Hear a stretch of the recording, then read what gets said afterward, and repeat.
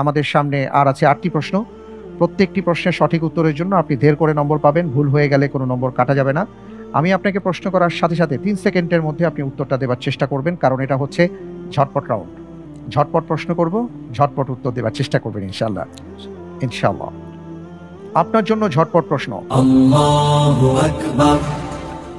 কোন সূরাকে কিসতাসুল কোরআন বলা হয়? সূরা বাকারা। সূরা মাইদা। রমাদানের সিয়ামের পরে সর্বোত্তম সিয়াম কোনটি? শাওয়াল মাসের সিয়াম। মুহররম মাসের সিয়াম। উম্মু উমারা নুসাইবা বিনতু কাব রাদিয়াল্লাহু তাআলা আনহা উহুদ যুদ্ধে কোন দায়িত্বে ছিলেন?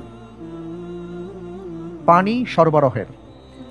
কোন সাহাবী মিশর আক্রমণ করে ফুসতাতের কিল্লা অবরোধ করে রেখেছিলেন? সালমান ফারসি। আমর ইবনুল আস রাদিয়াল্লাহু তাআলা আনহু।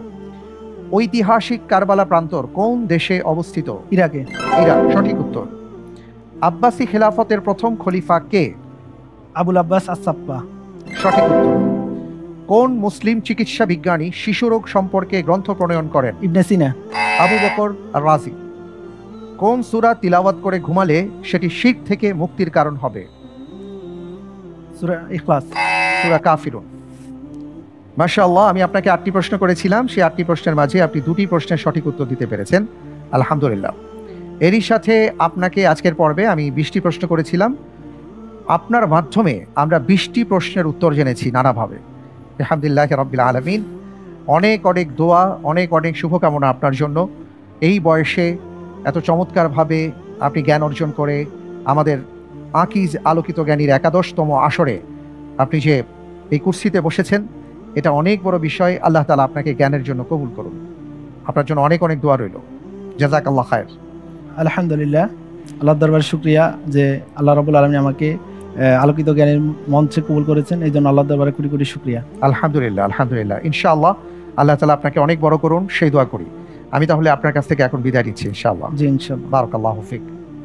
আলহামদুলিল্লাহ, প্রিয় দর্শক, আমরা আজকের পর্বে আমাদের ভাই ইমরান হুসাইনের কাছ থেকে 20টি প্রশ্নের উত্তর নানাভাবে জানার চেষ্টা করেছি, আমাদের জ্ঞানকে আমরা সমৃদ্ধ করেছি।